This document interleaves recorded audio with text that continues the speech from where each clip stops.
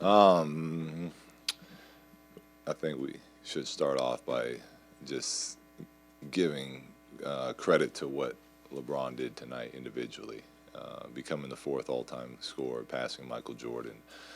And what's to me the most incredible part about that is what an unselfish player that he is. For someone that's always looking past first, to score that many points in his career just speaks to the greatness to his game, and it was pretty special and pretty cool to be a part of. Unfortunate that it came in a loss, but still a pretty awesome moment. Luke, what did you make of that second half effort from some of I the guys on loved the it. bench?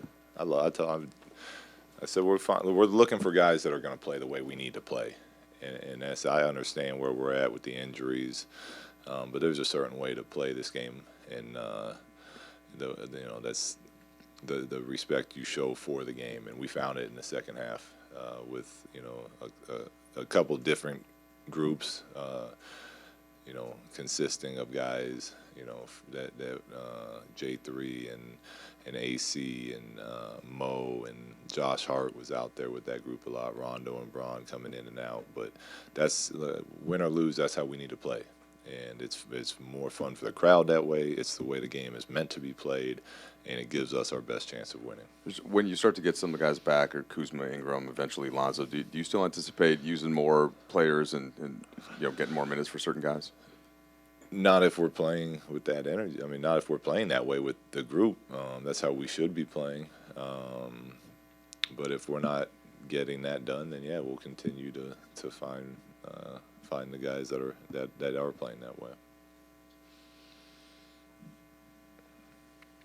Luke, with this stretch that you've had since the All-Star break, making the playoffs a tough possibility, and then seeing what the young guys gave you tonight, and then also knowing that managing LeBron's body is going to be a priority for the duration he's in LA, is it still all moving always forward towards just winning the remainder of the season, or could the kind of the goals for the remainder of the year change?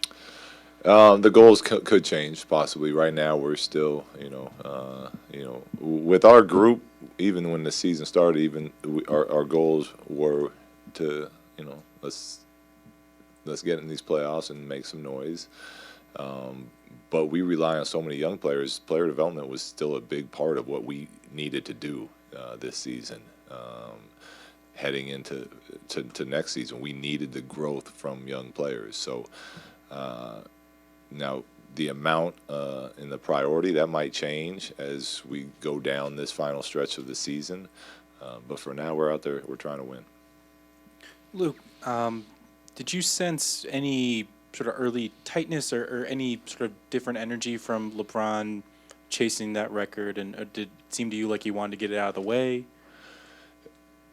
He's seen it was a little different. I mean, he was smiling and having fun, but I think there was, someone that studies the game and knows the game and respects the game the way he does, knowing that moment was most likely a few minutes ahead of him, I think was probably did something to, as far as nerve-wracking, however you want to make it. That probably did something to him that he doesn't normally feel in a regular season game.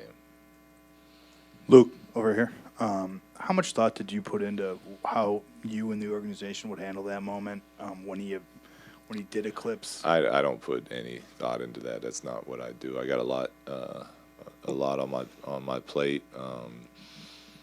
From what I was told, we wanted to do something. The NBA said, "No, you're not stopping the game for it." But that's just what I was.